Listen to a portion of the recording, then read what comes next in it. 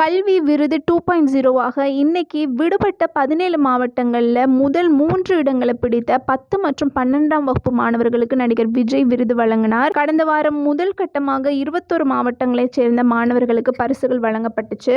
அப்போவே மாணவர்கள் மத்தியில் பல விஷயங்களை பேசிய நடிகர் விஜய் போதைப்பொருள் விஷயத்தை ஹைலைட் செஞ்சு பேசியிருந்தாரு. ஆனால் நீட் குறித்து நடிகர் விஜய்க்கு பேச தைரியம் கிடையாது அப்படின்னும், அதனால்தான் அவர் அது குறித்து மாணவர்கள் மத்தியில் பேசாமல் கடந்து சென்றார் அப்படிங்கிற விமர்சனங்கள் குவிந்த நிலையில் இன்றைய நிகழ்ச்சியில் முன்னதாக பேச மாட்டேன் அப்படிங்கிற முடிவில் இருந்த விஜய் அதிரடியாக மைக்க பிடித்து ஆவேசமாக பேசியிருக்கிறாரு. நடிகர் விஜய் புதிதாக அரசியல் கட்சியை தொடங்கிய நிலையில் ஆரம்பத்திலேயே அவருக்கு எதிராக ஏகப்பட்ட ட்ரோல்களும் கடும் விமர்சனங்களும் குவிஞ்சிட்டு வருது.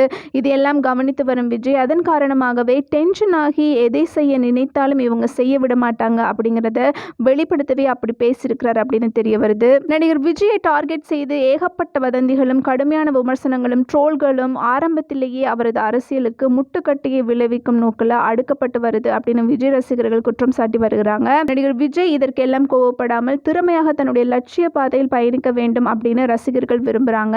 நீட் பிரச்சனைக்கான முக்கிய காரணமே மாநில உரிமைகள் பட்டியலில் இருந்து கல்வியை தேசிய உரிமைகள் பட்டியலுக்கு கொண்டு சென்றதுதான் அப்படின்னு நடிகர் விஜய் பேசியிருக்கிறாரு. மேலும் சட்ட திருத்தம் வேண்டும் அப்படின்னும் ஒன்றிய அரசின் நிலைப்பாடு மாற வேண்டும் அப்படின்னும் விஜய் பேசியிருக்கிறாரு. ஆனா இது தன்னுடைய கருத்து தான் அப்படின்னும் அதை நடக்க விட மாட்டாங்க அப்படின்னு எனக்கு தெரியும் அப்படின்னு ஆவேசப்பட்டு விஜய் பேசியிருக்கிறாரு. உலகம் ரொம்ப பெருசு, இங்கே வாய்ப்புகள் அதிகம் இருக்கு. ஒரே விஷயத்துல மாணவர்கள் முடங்கி போய் விட வேண்டாம். கல்வியை ஜாலியாக படியுங்க, வெற்றி நிச்சயம் அப்படின்னு விஜய் பேசியிருக்கிறாரு.